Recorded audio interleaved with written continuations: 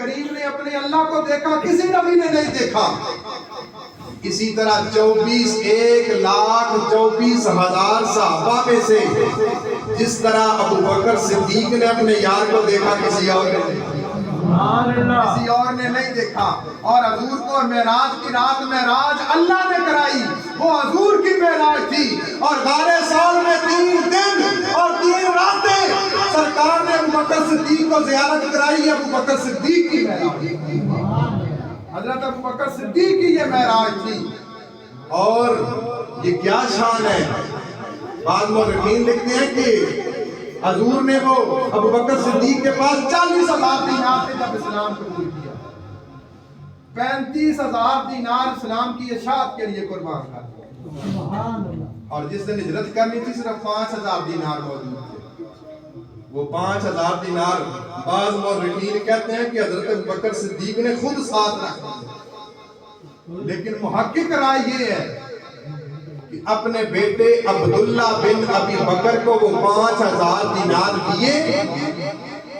اور پھر اس تاجدار ولایت نے اپنی نگاہ ولایت سے کرامت بخشی کہ 3 دن کے بعد، اے میرے بیٹے 3 دن کے بعد غار ثور میں آ کر مجھے وہ پیسے دے دو۔ اب ہجرت کی رات یہ تو طے نہیں ہوا کہ جانا کہاں ہے، لیکن پھر ولایت کو مانیے نا کہ حضرت ابو بکر صدیق نے اعلان پہلے کر دیا کہ 3 دن کے بعد تیری اور میری ملاقات غار ثور کے اندر ہوگی۔ اور چٹیر میدان پر حضرت اسماء بنت ابی بکر کی جو ہے وہ قربانی کو بھی نثار کر جائے کہ جو نیچے سے 5,000 فٹ چڑھ کر سرکار کو اور اپنے ابا کو کھانا دے کر آئے۔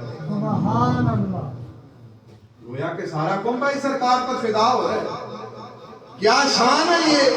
خدمتگاروں کی، اور کیا کمال ہے یہ حضرت ابو بکر صدیق کی شان کا کہ نہ کوئی آپ کی مثل ہوا اور نہ کوئی آپ کی مثل ہو سکتا ہے۔ گویا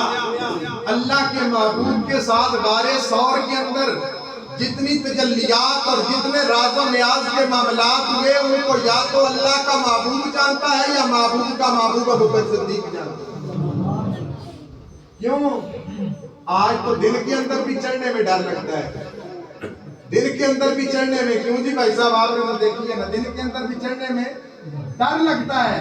لیکن رات کو قربان جائیں محبوب کے ساتھ محبوب جا رہے ہیں،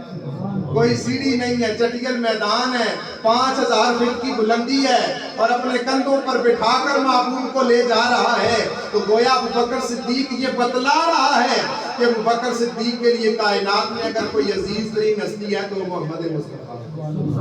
اگر کائنات میں ابو بکر کے لیے سب سے بڑھ کر کوئی عظیم ہستی ہے تو وہ حضرت ابو بکر صدیق ہیں۔ اور غار ثور میں جا کر تو ایسے لگتا ہے کہ حضوری صاحب نے بھی کہا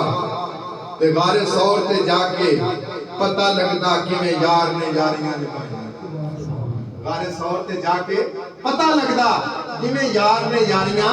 نبھائیاں نے۔ اور حضرت عبدالعزیز بن طباغ جو کہ دمشق کے ایک بزرگ ہیں،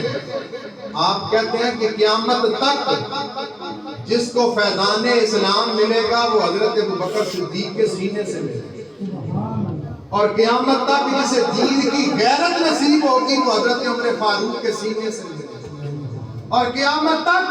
جسے نبی کے دین کی سخاوت نصیب ہوگی وہ حضرت عثمان غنی کے سینے سے نصیب ہوگی، اور قیامت تک شجاعت کا سبق جسے ملے گا وہ حضرت علی المرتضیٰ کے سینے سے ملے گا، حضرت علی المرتضیٰ کے سینے سے ملے گا۔ اور حضور سلطان العارفین بھی کہتے ہیں کہ جب میں روحانی سلسلہ عبور کرتے ہوئے سرکار کی بارگاہ تک جا پہنچا تو سب سے پہلے مجھے خلفائے راشدین کا دیدار نصیب،